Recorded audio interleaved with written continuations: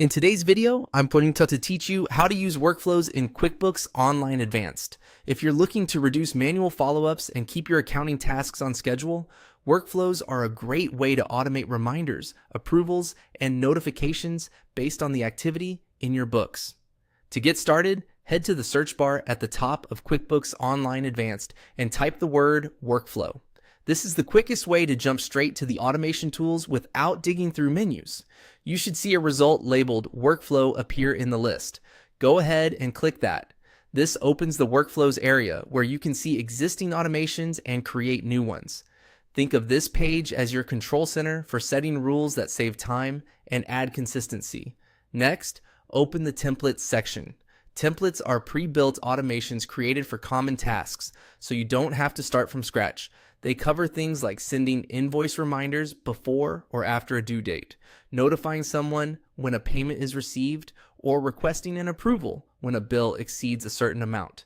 Using a template is the fastest way to set up something reliable and best practice. Now, browse through the templates and select the one that matches what you want to automate. Take a moment to read the description so you know what triggers it and what action it will take. For example, you might see that a reminder is triggered a set number of days after an invoice is sent, or that a task is created when a bill reaches a threshold.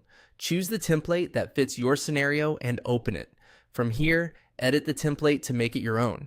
Adjust the conditions such as customer or vendor filters, amounts, or dates. Fine-tune the timing so messages go out before or after due dates, and update the recipients to ensure the right people are notified.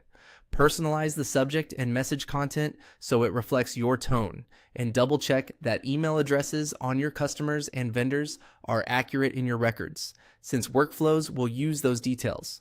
Review any actions the workflow will take, like sending an email or creating a task, and confirm they align with your process. When everything looks good, select, save, and turn on. This activates the workflow so it begins running based on the triggers you set. After turning it on, keep an eye on the first few runs to confirm it's working as expected.